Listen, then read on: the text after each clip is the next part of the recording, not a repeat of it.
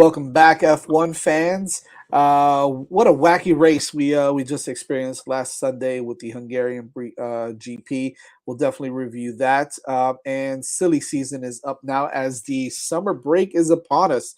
So we'll like I said, we'll review the Hungarian GP. Talk about some crazy news that has come out recently with again silly season coming up. A couple drivers making some moves potentially, and a couple drivers maybe not making the moves that we all thought they were. But make sure you check it out as we are going to hit you now with hitting the apex coming at you right away. Let's go.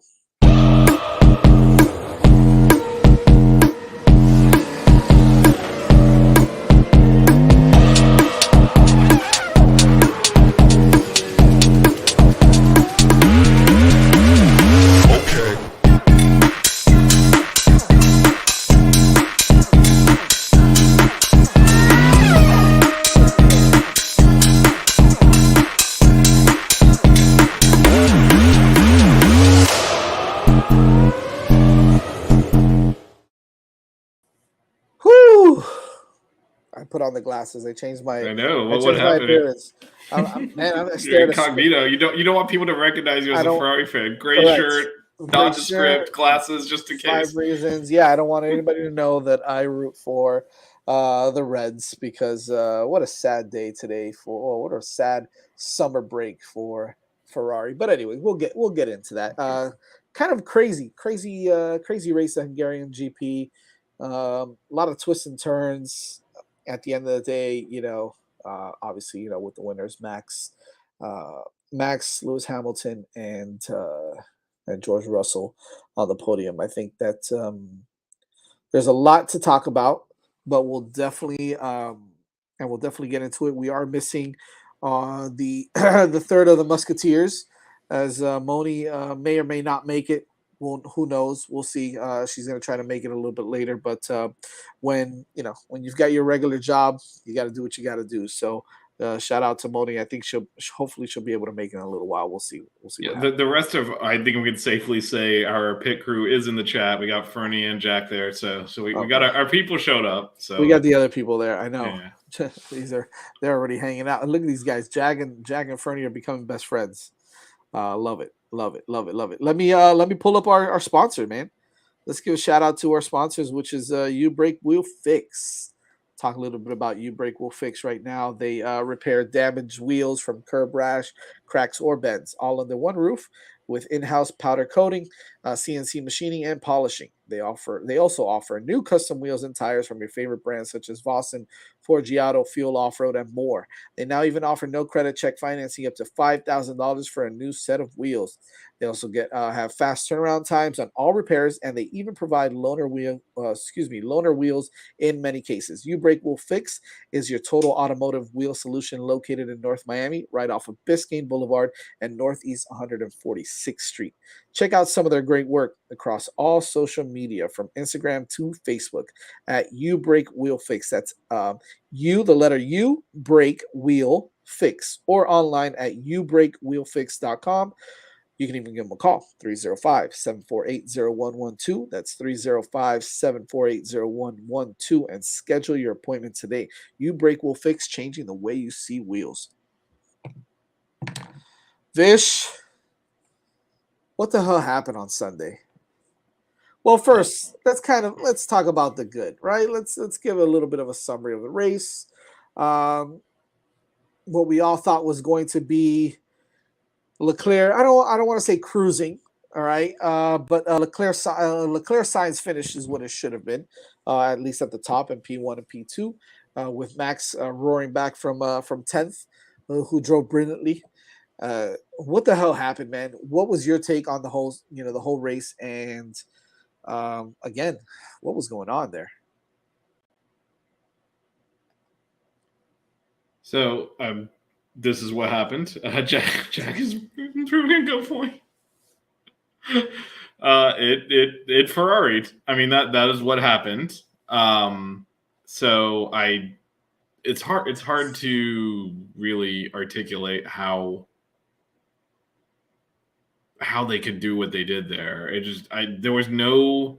So the interesting thing is they were kind of upfront with Russell And the whole time, Binotto is saying, look, we know we have the pace. We got our strategy. We're not worried about anything. And their entire race strategy was reactionary.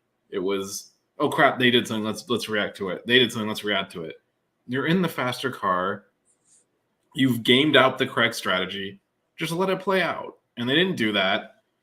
And they kept messing with stuff. And, they brought Sainz in too early on his first stint, ruined his race. Because when they start on those mediums, you got to go longer on those mediums. Because that's your play now. So they went medium, short stint for Sainz. He's already screwed his race up. Right. You don't want to do a short stint on the mediums. You want the short stint for the softs. If they were going to go short, they should have started on the softs. So they ruined his race. Leclerc actually, it worked correctly. He stayed out longer on the mediums. If you recall, he actually comes out of the pits in front of Sainz. So this strategy is working. He overtakes Russell, who was on worn mediums because he had to pit earlier because he started on softs. So everything's working. Sainz is opening up. Leclerc's opening up a gap. Everything is playing out well. And then all of a sudden, Max pits and they panic and they worry about the undercut of Max went soft, medium. He's on a different strategy. So Leclerc's middle stint, I think he did 17 laps on the mediums. That ruined his race because then you don't have enough laps to get to the end on the soft. Right. So they went hard, which, of all of well, let's talk about that, right? They because went to the tire that didn't work. We were talking about that literally 2 minutes before they actually went to those tires, right? So you could even hear it on the radio as when Alpine decided to pit and go with the hard tires. They were having issues. There was no grip. They weren't getting, they weren't getting any pace on those hard tires. The hard tires were not working. They said it on the radio. The hard tires are bleep, right? They said it. The hard tires are shit. Boom. Yep. At that point, where in your mind, Binotto, do you think, well, what the hell? Let's put the fastest car with the lead. Let's put them on hard tires just because. And well, first of all, the reason why they did is because they pitted early, and they obviously knew they weren't going to be able to get to the end of the race. Well, they didn't need it. Well, right? Yeah, and that's the and error in judgment. Yeah. That was the error because you got scared because of Red Bull, because of Max, and I understand that he was going fast. Of course, he was on fresher tires. If you stick to your plan and you get, and not only that, okay, the hard tires are not working, and then you put on hard tires. What the hell are you thinking? Number one. Number two, fire every single person that was on the pit wall and in the pit crew as well. Because every single time that a damn Ferrari went into the pit, every time a Ferrari boxed, it was a 3-second pit. It was a 4-second pit. You saw 4.6, you saw 3.8, 3.5. And then you see Sergio Perez come into the pit and it's a 2.19. The fastest stop of the whole race. And obviously, and with Max as well, right? That pit crew is on point. That pit wall, Christian Horner and the whole entire team.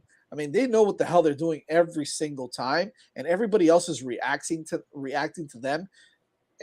And I get it, right? They have the best strategies. That's why they're the best team right now in Formula One.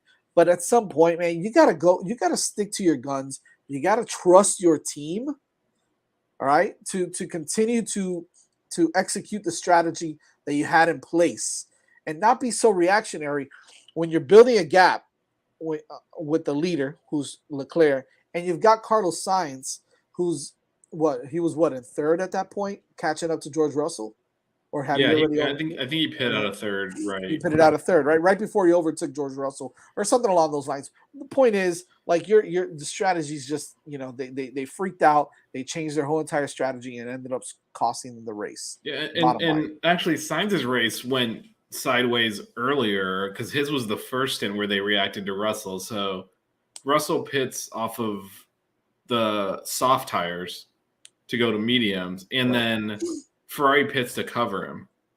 You're on a different tire. You cannot run that. So Sainz's first stint was, I think, 17 or 18 laps.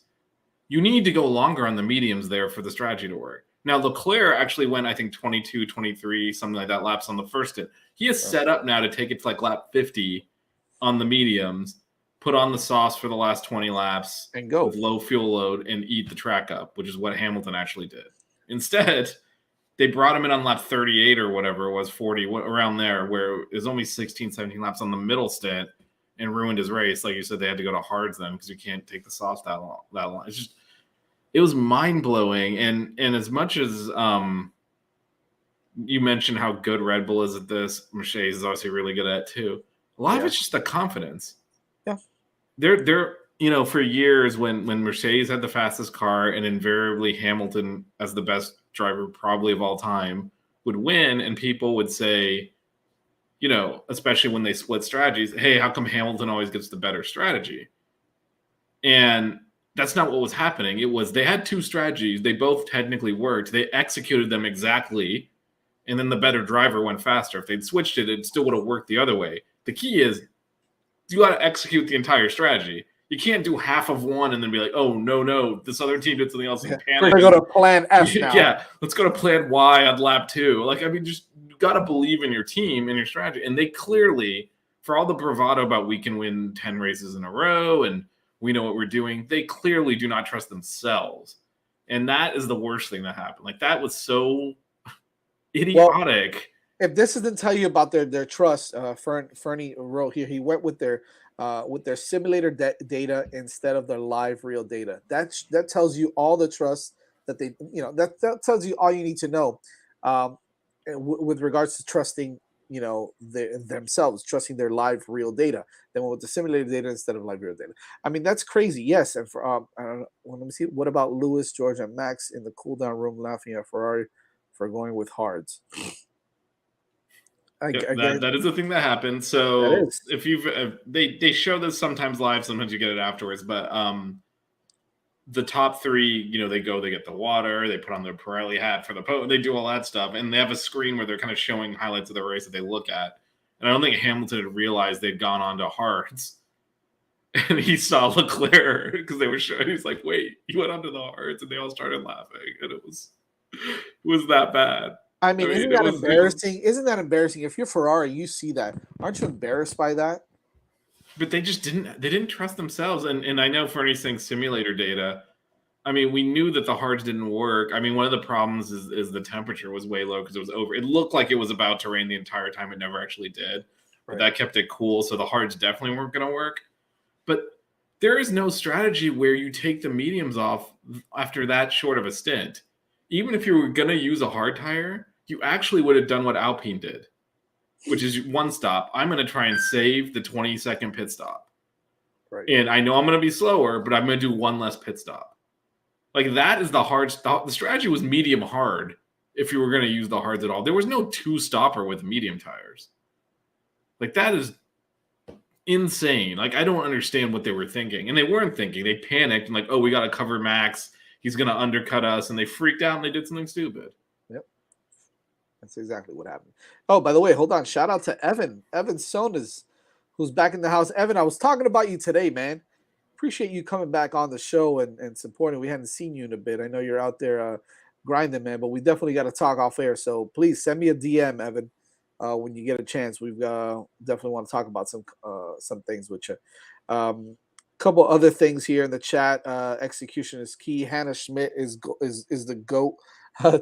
Tap rights. Hannah is the GOAT. What else do we got here? Wish we had more mic access in that cool down room. Yeah, that would be dangerous if that was the case. So I mean, there is. You could pick up some of it, but the drivers aren't mic'd up, so it's kind of just almost like whatever you can overhear. But you could clearly hear Hamilton say they went on the hards or something like that. Look in, and all 3 of them laughed. And it was, well, look, nobody had used, if you just posted it, right? Nobody had used a hard tire in any of the practice sessions or qualifying. So, of course, you have no data on the hards. You took one look at the Alpines and you knew this was not a good idea. That's all you needed. What the hell?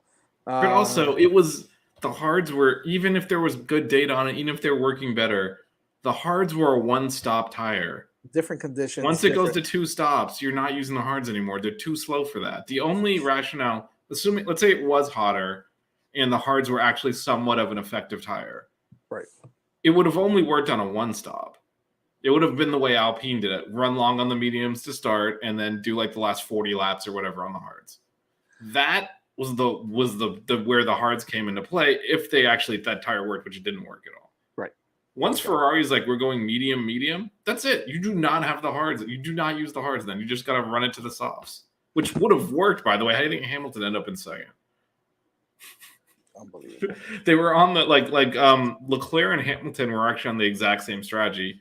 Went long on the first stint on mediums, pit, running good pace on their mediums in the second stint, keeping them going longer. And they pulled the plug on Leclerc, and Hamilton kept going, ended up leading the race for several laps, and then pitted and came back through. It's just, not very smart. Very smart. Speechless, yeah, to be honest. When I saw that, I just a big sign. I was done. Yeah, I was running our Twitter, and like 5 minutes before that, I put, you literally put it. The hards are not an option. Are not an option. And then we talked to each other. And then we talked to each other, and we said, these people aren't. They're not going to go on hards, are they? And they went up. It was so bad that they actually had to pit again to get them off because they didn't wear out. They just didn't work at all. Right. And they got in the sauce, and by then that was it. It was and then I think I do think he. I mean, there's something to be said about why exactly Sainz and Leclerc on the softs had nowhere near Hamilton's pace. I don't know who turbocharged Hamilton's car when he put those softs on, but he ate up the whole field. I think they were fresher. They were fresher. They were fresher, but Sainz should have easily gotten past Russell, for example. Yeah, I don't know. Who was on older mediums too? Again, maybe it's just a lack of confidence, and they knew that they screwed up. They screwed up the strategy. I also think both drivers, it's one of those balloon popping situations where they're just like F this, and they're just not. They're not into it. To be honest, I agree. I'm with you on that. Let's go through the predictions really quick. Stupid predictions and whatever. I had Leclerc, Max, and Sainz. Obviously, I was completely off with Zhou Guanyu and the points. So I was just off on everything. I completely crapped the bet on that. So Moni's was Sainz, Hamilton, and Max. She got 2 out of the 3 in the podium, and Russell DNF. No, actually, he was the third guy on the podium. So close enough so far. Max check on Hamilton with Ricardo in the top 5 for you, Vish. Look, Ricardo actually drove all right? He finished 15th. Oh, did he? Oh, it was Norris. I'm sorry, it was Norris. It was Norris who finished. Yeah, no, but Ricardo, I forget who it was, punted someone off the track, got a penalty, and then they actually put the hards on him too. So. Yeah, I love what Jack says. He started loading the penne pasta into the clip. Oh, brother, ain't that the truth? Yeah, Ricardo ended up in 5th. I'm sorry, you're right. I'm sorry, in 15th. You're right. It was Lando who finished in the points, who drove a decent race for McLaren this time around. But you had Max check on Hamilton, so you had 2 out of the top 3 as well. Finishing in the podium. So nice job on you and Moni on that one. Hamilton continues to drive well, and look, you got to give it to George Russell, right? He started on pole and ended up on the podium. Yeah, not a bad drive, but decent drive for George Russell as well. I do wonder. Now I understand why they did it, because they were worried, probably justifiably, that the Ferraris. The Mercedes seems to do well later in distance. At the beginning, it seems to struggle a little bit. They did not want to be on the mediums, which is the same tire as the Ferraris behind them, because I think they probably correctly thought they were just going to get overtaken, because Sainz almost overtook him with the mediums against softs, which would have been ridiculous. He got alongside him and couldn't take it. But I do wonder where Russell finishes, if they got him on the right strategy. Because he went the soft, medium strategy, which I guess is what Verstappen ran with. But I think it's pretty clear that for Mercedes, medium, soft, which is what Hamilton was on, was a better strategy. And so I obviously, Hamilton, again, is who he is for a reason. So whether Russell would have made it work it's questionable. This is the question. Does it change? Does the strategy change? Does everything change for Ferrari? If Mercedes does start on the medium, if Russell had started on the medium, there's a strong possibility that Sainz would have taken Russell off the line, right? Well, there's multiple things that happen if Russell and I agree with Fernie. I think that's why they did it. Right, I get it. Why. Actually, he almost got overtaken even with the soft. So, right, like you said, Jazz, good possibility that Sainz overtakes him, but even if he doesn't, Mercedes was not stupid enough to start on the medium and pit after 17 laps. So true story. Only Ferrari would do something dumb like that. So he would have run longer, which means Ferrari wouldn't have had to pit to cover him off, and they probably would have accidentally stumbled into the correct race strategy. Unbelievable. Driver of the day, Vish. Who do we got?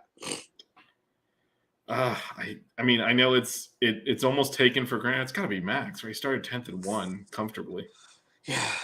Yeah, I think it's Max. I was contemplating saying Lewis Hamilton, but I mean, I will say the one thing you could say to maybe to put Hamilton over Max would just be that, I mean, luck is part of driving, but Max totally spun the car and ended up 360ing right into the same direction and just kept going. I can't believe I didn't even mention that. That could have been end of race, completely threw it away. He could have been disappointment. But only Max right does on the that. cusp Only of, Max spins out, does a 360, and just keeps going.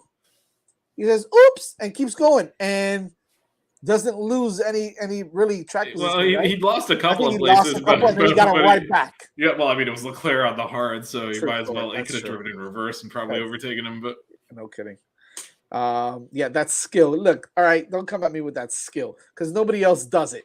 It doesn't happen to anybody else. Okay, I mean, drivers have certainly spun before and gotten lucky with it. Like, because to your point, even if it's facing the other direction, if he has to wait for traffic to clear, because it spun all the way around and facing the direction you need to go, and he can just keep going. Usually, when you spin, even if you don't crash, if you're not facing the right direction at all, you have to wait for all the cars because you can't unsafely rejoin. So you got to wait for everyone to pass. And he was right there, ready to go. He even does it in the rain, Jack. He even does it in the rain. Unbelievable, that guy. Oh, that's why he's the best. But to me, it's got going P10 to winning and winning comfortably. By the way, not even under threat. I mean it's got to be him. But I would say Hamilton probably drove the cleanest race. But did you like the race Checo drove? I'm coming from 11th to 4th. Was it 4? No, I'm sorry, from 5th, 11 to 5th. How did he? What'd you think? I mean, it was such an anonymous. Oh, Jack. I mean, we gotta show the people. Better off to see if that was true. Charles is an art. Oh, I love it. I mean, it could have just been. Everyone could have been. That's awesome. I can't even be mad at that. That's awesome. Checo had a good race as well. It was just, I mean, he's just so anonymous. Like, you don't even notice he's there at this point. But yeah, no, it wasn't a bad drive, but I mean, you figure the worst, even where he started, he would finish at 6th. So finishing 5th given what Leclerc, I mean, in a way, not great, given that, he ends up less than a second up on Leclerc at an extra pit stop. Right. And drove several laps on. Might as well have not had tires. So it wasn't a great performance, but it was all right. We obviously, disappointment of the day is obviously the Ferraris, right? It's the Ferraris, and I mean, we've said it. I don't think it's disappointing at this point. Yeah, there really isn't. Like, what I mean. And the next one is Spa, which is totally. I mean, the championship's over. Yeah. I don't see any. Well, let's talk about that. Right, the overall impact on the championship is the constructors over just as much as the drivers is. Well, let's just starting with the drivers. I mean, this is too many points. Frankly, it's at 80 now, right? It's at 80. There's 9 races left, but it just kind of the way to look at this is if Max DNFs 3 times and Leclerc wins all 3 of those races, Max will be up 5 points. Yeah. This is over. Yeah. Yeah. And actually, all of these other positions are. I think it means Mattia, right? Mattia Binotto. Yeah, but you're talking about Binotto. But if you look at this, the race is actually, frankly, Ferrari has messed this up so bad. You got Perez only 5 points out of 2nd place. Unbelievable. You got Russell ahead of Sainz again after he dropped back behind him. Hamilton is only, 32 points behind Leclerc in 2nd at this point. Like 2 through 6 is now in play. Yep. Thanks to a Ferrari's buffoonery. Although you'd like to think, they'll get enough right where Leclerc will, in the fastest car, finish 2nd at least. But there's not much separating 2 through 6 right now, and the fact that like Sainz is behind Russell is pathetic. Yeah. But as Fergie said in the chat, and as you kind of asked it up top, this is actually still in play. A little bit.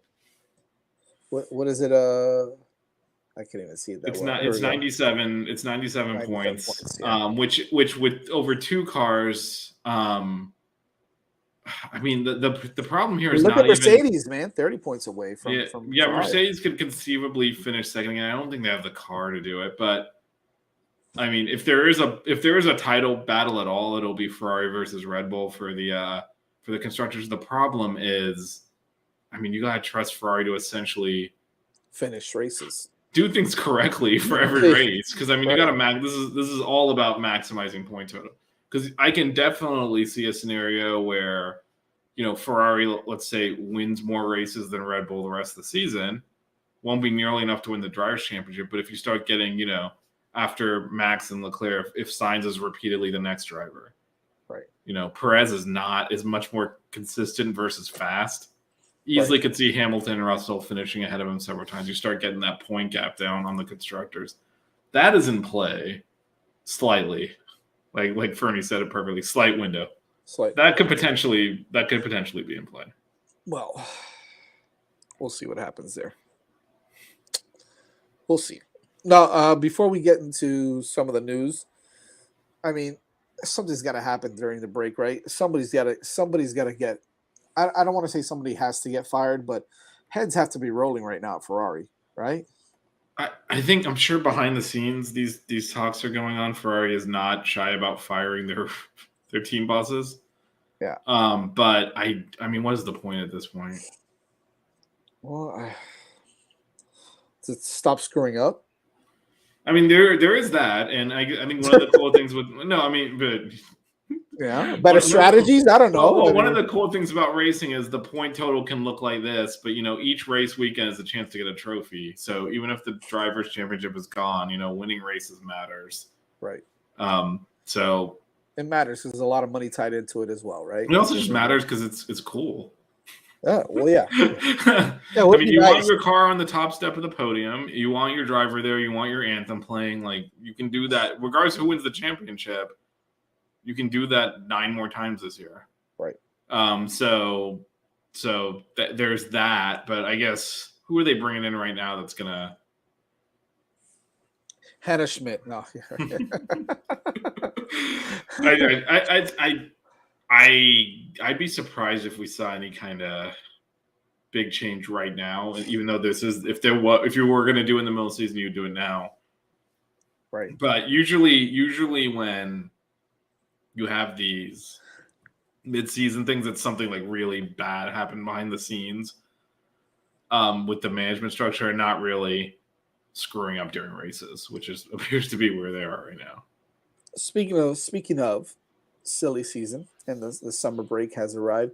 I think I'll leave the number 1 towards the end because I think that we'll give them a little farewell there. However, speaking of silly season, right?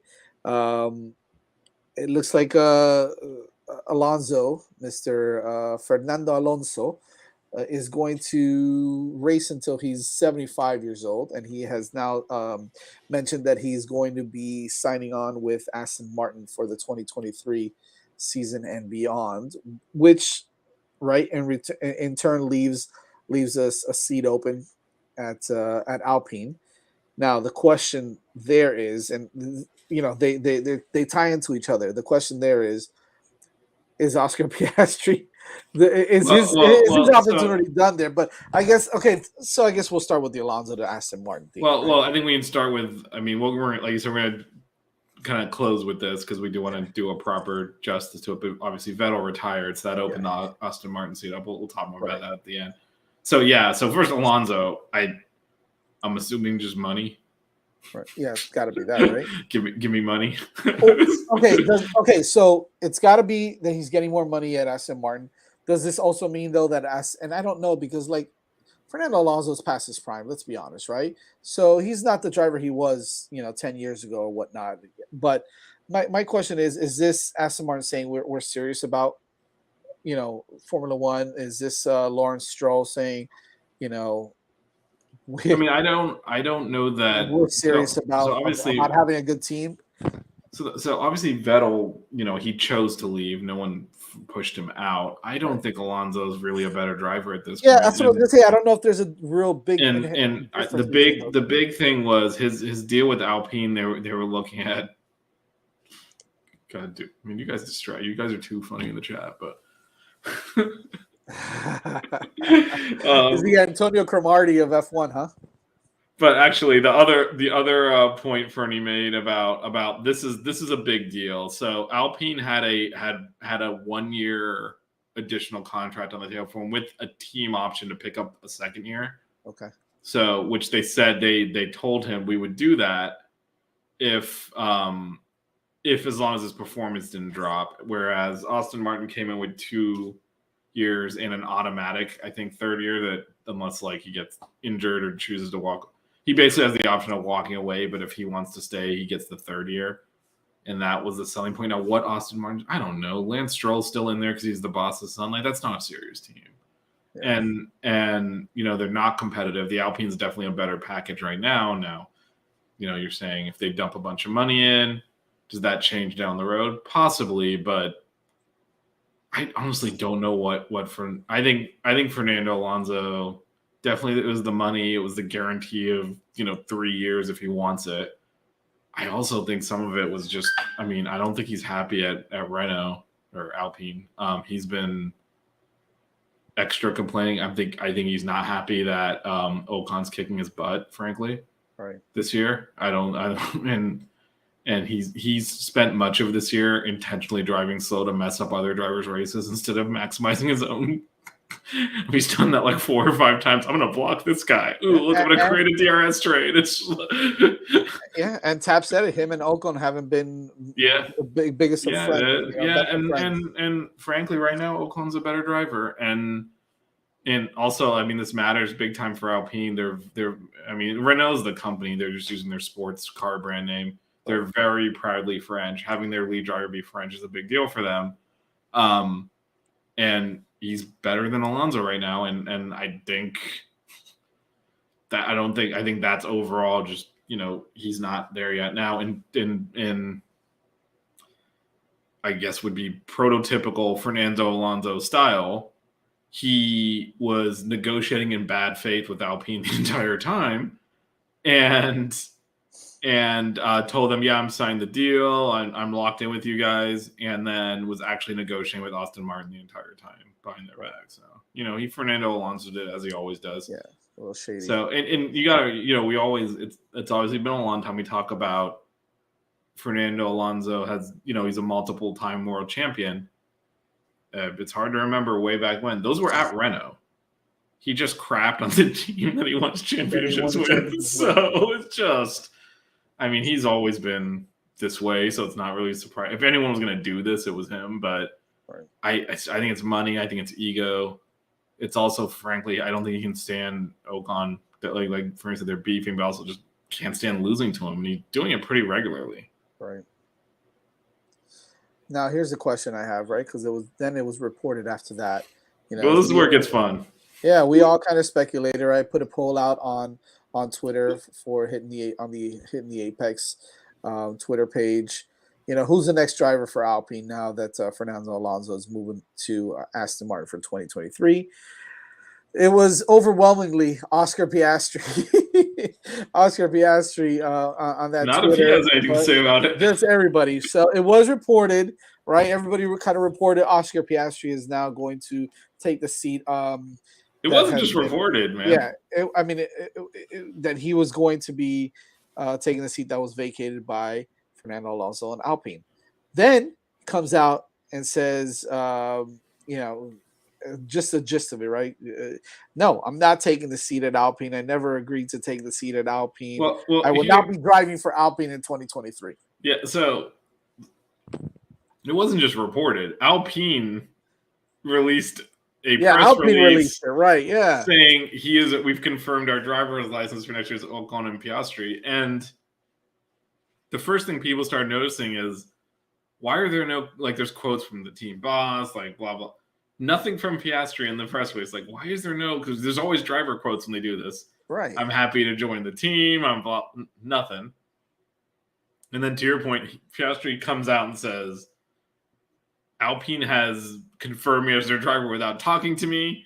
I will not be racing for them next year, period. It wasn't just like, we haven't confirmed anything, or it was like, I am not driving for that team. That's kind of weird, right? Now, this is where it gets murky. So he is a junior Alpine driver. They kind of own his rights. Now, how, without seeing the contract, there's like speculation on how ironclad that is. Alpine obviously thought it was to the point that he couldn't get out of it, so they could announce him. He obviously thinks he can get out of it. So he's under contract, but what does that mean? Is there a buyout? Is there, like, we don't have all of the specifics in terms of how he can wiggle out of it, because he was definitely, I mean, we can. Well, Evan just says here that they had until July 31st to sign him to F1. So these are all things that leak out in the contract. We don't know the actual contract. Yeah. From Alpine's perspective, they invested a ton of money in him in the junior program. They put him in F1 cars. They got mileage under him. They want a return on that investment. Right. He wants to go to McLaren, who has not fired Ricciardo yet. Obviously, it wouldn't be Norris. Who has? So, but now the rumor is, right? Okay, so hey, Ricciardo goes to Alpine, and now Piastri. Well, I mean, that's I wish it was that easy, right? I wish it was that simple. Well, that's the rumor. Now the question. So Ricciardo has his own option to continue next year at McLaren. Obviously, we talked about this a couple of weeks ago. They all came out. He came out. Zach Brown came out. No, he's definitely staying. Right. Meanwhile, it feels like half the IndyCar field test drove in McLaren. Yeah, no kidding. So why would you be doing that if you weren't looking to replace? Obviously, again, it's not Norris that they're looking to replace. So it's, I mean, definitely, I mean, there's way too much smoke. Piastri wants to go to McLaren. So do you have to take into consideration, because I know that this was something that was out there also, was a rumor of one of the Haas drivers, probably Mick Schumacher, not being there next year either, and maybe moving on to another team. And I know we've spoken about this, that maybe he doesn't deserve a seat at F1 just based off of how he's performed. But then there's another open seat there. Is that Pietro's to kind of fill? Does that guy come? Does Pietro Fittipaldi come into play there with Haas and with another team as well? Because he's been kind of spoken about as a guy that's potentially going to take an F1 seat as well, right?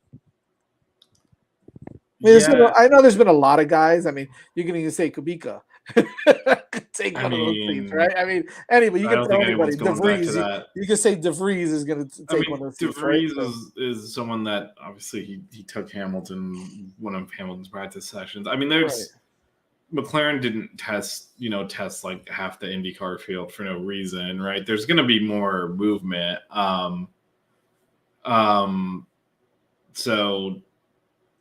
So I think the one, our boy Latifi is probably on his last few races. So Albon confirmed that he's signed an extension. Yeah, but that other Williams seal probably be open. There was kind of rumors that Alpine would park Piastri there, as a test drive. I don't think they wanted him anywhere near McLaren. It's too big of a team to loan him out to and think you're going to get him back. But he wants to go to McLaren. I think that's where that's where the big deal is. Like, he wants to go to McLaren. Obviously, Alpine thought they had enough leverage to announce him and that forced him to do it. It's probably going to end up with money changing hands and him ending up at McLaren, to be honest, and Ricciardo being maybe back to Renault. To Alpine. He obviously came to McLaren from Renault. At the time it was Renault. So it's hard to say. By the way, all Australians. So all ain't that something? I think it's going to be interesting to see what happens there with that. So Evans, saying McLaren wants an American driver. I think they do, and I think Zach Brown in particular does. I don't think it's happening. He's the only American driver. It's Pietro. That's it. Well, I mean, that I can think of right off the top of my head. That's the first guy I would think of. Yeah, I mean, they'll pull some. That's why McLaren has an IndyCar team, right? And that's why they were testing, their IndyCar drivers out in their car. I think that they're looking at Logan Sargent's actually, he is going to be the next. I think the next American in F1, but I don't know that he's ready yet. And I think just reading between the lines, I don't think Piastri does any of this unless McLaren's like, you're going to have a seat here. He literally pissed away an F1 seat at a not bad team. Right. Probably the best midfield team. Yeah, right now they are. Yeah. So you don't do that unless you're very confident that you're going to be in that McLaren seat next year. Right. Or well, he's not going to be in Mercedes. He's not going to be in Alpine, apparently. Evan. Well, he's not going to be in Ferrari. He's not going to be in Mercedes. He's not going to be in Red Bull. For sure. So, I mean, Alpine right now is ahead of McLaren in the points. McLaren's certainly a more historically strong team, although Renault is also, nothing to laugh about in terms of history. So you're almost, I mean, they're not, McLaren's definitely a bigger F1 brand, but it's not that much of a step down to Renault. So for him to go to these lengths, he has got to be having something from McLaren. I'm assuming in writing, being like, you will be able to drive for us, because I mean, he's burned a bridge with Alpine, and the top three aren't an option. If it's not McLaren, where is he going? Aston Martin's also not an option. They just signed Fernando Alonso for life, and the owner's son drives the other car. Right. So it's Williams, Haas, Alfa Romeo. He didn't do this to go to one of those teams. No, and I don't think Alfa Romeo is going to part with Zhou. Well, whether or not those seats are even open, they're decidedly, obviously worse than Alpine. Right. So, for him to do this, it's got to be not just that McLaren wants him, but that McLaren's like, you have the seat. It's going to be open and you can take it. Yeah. Guess when we'll see that? Drive to Survive, Season 5. Well, do they follow around the people that actually aren't in F1? Because that's where we need to be. I guarantee you Piastri is going to be part of that. I do. So in terms of, obviously then the question is, if Piastri's thinks he can go to McLaren and he's got that locked up, that means Ricciardo's gone. Right. Now, where does Ricciardo go? Because he's is the answer just Alpine? Alpine needs a driver. Yeah. Is that what happens? Do they some money changes hands and Ricciardo goes one direction and Piastri the other? Right. I mean, that's certainly something that could happen. Ricciardo has been at Renault, as well as comfortable with the team, did get them on the podium. Now obviously Ocon's won a race for them since then. So, but that was fluky. But so to me, that's kind of where I don't know if it's McLaren firing Ricciardo. Ricciardo is not happy at McLaren. And to be quite honest with you, that would be a really exciting team to watch, Norris and Piastri together, right? That would be exciting because Piastri is an exciting driver. So I think that would be exciting. Again, we're all talking in what ifs here, right? It's obvious that Ricciardo's still with McLaren. Could he want to go somewhere else? Possibly. He's not like you said, he's not happy in McLaren. I don't know. Does he want to go back to Renault? Does he want to maybe test his? I mean, he's not going to get any better than that, right? It's not going to get better. No, I mean, the top three are locked in, and they're not. So you're talking about. And in the mid, it's not going to be better than McLaren or Alpine. So no, that's kind of like the next tier after the top three. So, but there's something to be said about car fit. He somehow won a race in that McLaren. He's never been comfortable in that McLaren. Yeah, and he won last year. Now, so the question then is, as Jack points out, again, we don't ever read the full contracts, but apparently it's Ricciardo's option. Right, does he want to make another 15 mil? So I feel like some money is going to have to change it. Even if he's like, I want to leave, I know you want me to leave. You've got Piastri in here. There has got to be, I'm not going to leave, and then he'll be like, all right, it's like a buyout, right? That might buy him out. Yeah, just we'll give you some money and then just exercise your option and leave or whatever. I don't think he's just going to walk away from that money. Yeah, I agree. Oh, what do we got left for today? What do we got left? Well, let's talk about Sebastian Vettel. Yes, I, let's I do wish that. I wish Moni was here to talk about Vettel as well because I know she likes Vettel. She likes her some Sebs. So I mean, what a great career. Not only a great driver, but a great person all around. So I think that, at this point, he kind of saw where his trajectory was as a driver. He wasn't performing at Aston Martin, and I don't know if it was him or if it was the car itself. But I mean, how do you feel about his retirement? Which, in case anybody hasn't heard, Sebastian Vettel is retiring from F1. Yeah, I mean, I wrote on this too, so check it out on 5 Mhm. Reasons if you want a written form. Yeah, no, it's a strange career. He won so much at the beginning, um, and after he wins that fourth title in a row for Red Bull, you'd think like this guy is gonna win like God knows how many. Didn't win another one, and did get close with Ferrari. I think we have lost sight on as Mercedes dominated essentially for most of the last decade, that there were some challenges, and the challenges came from Vettel and they came Right. from Ferrari, and I, he's kind of the anti Alonso. It's kind of ironic that Alonso's bad. Like he's just, as Fernie said, great human being. He's kind of just, good face of the sport. Always like his teams love him. The teams around him love him, and it's so odd just the way he's left every team, like how it's gone sideways for whatever reason. This time it didn't. He retired. Like the whole like the way he left Red Bull for Ferrari just like came out all of a sudden that he was leaving. It was the first year they didn't win the title. They won 4 in a row, that they didn't. Little did we know that Mercedes had built a monster and like no one could Yeah. compete with it, but they weren't used to not winning races.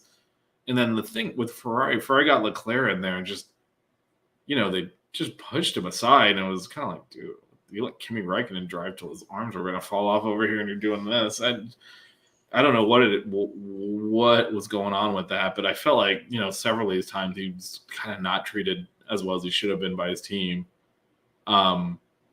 Certainly at the end of Ferrari, he didn't deserve that kind of treatment of basically being shoved out the door.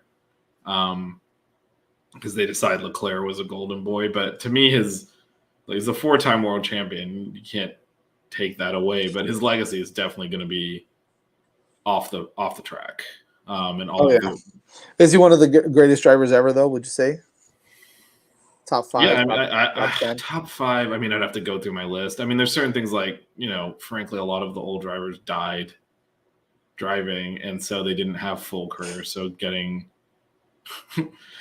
like, so you look at the 4 times, it's going to it's like more than Senna, right? Because obviously Senna died driving, so it's so hard to rank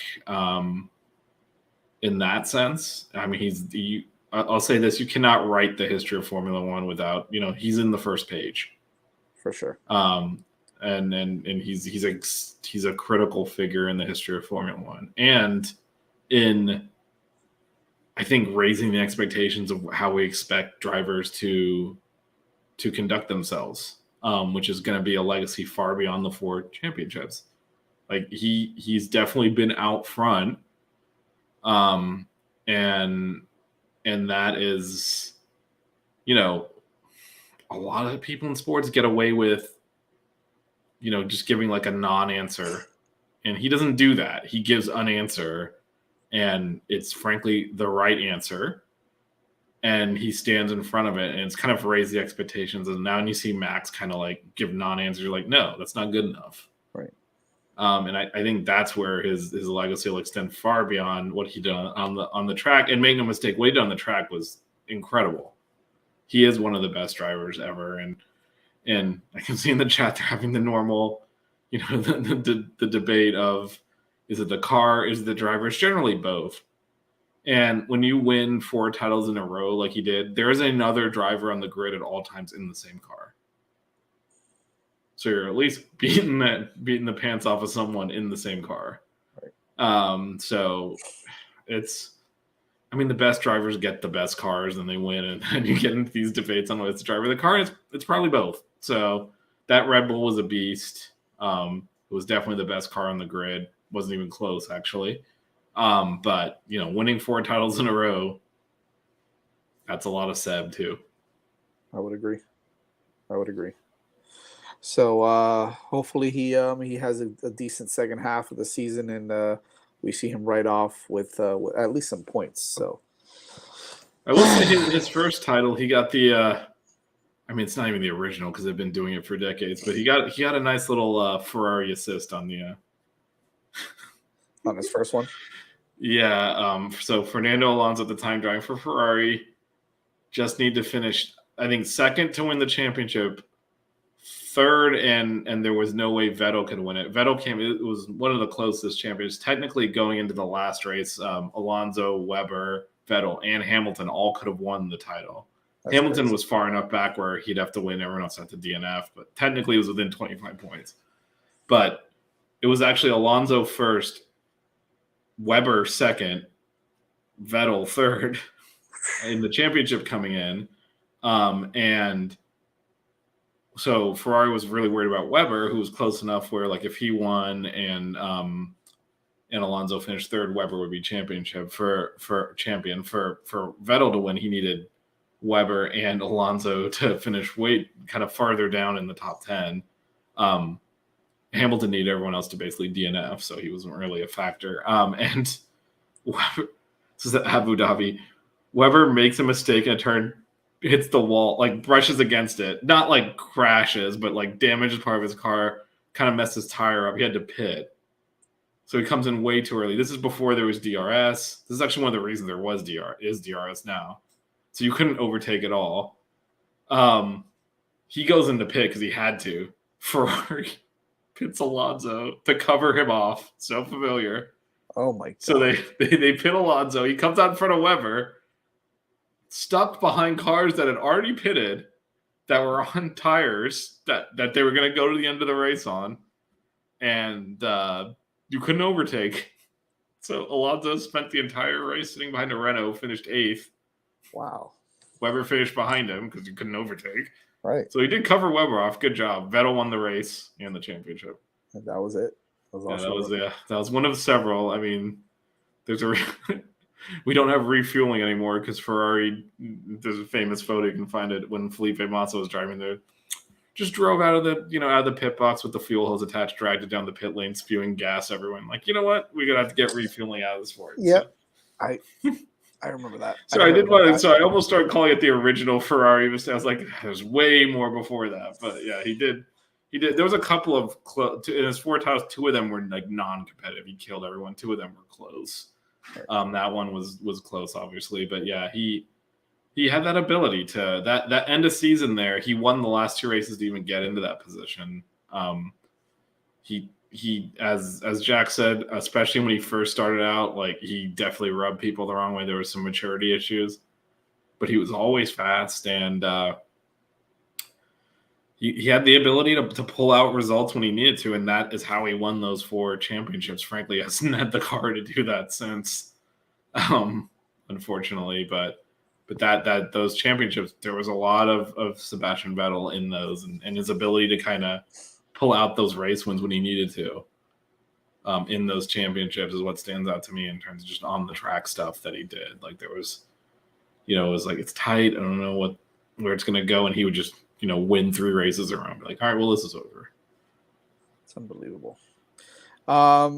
He won a race in a Toro Rosso. Yeah, Toro Rosso. Yeah, he did.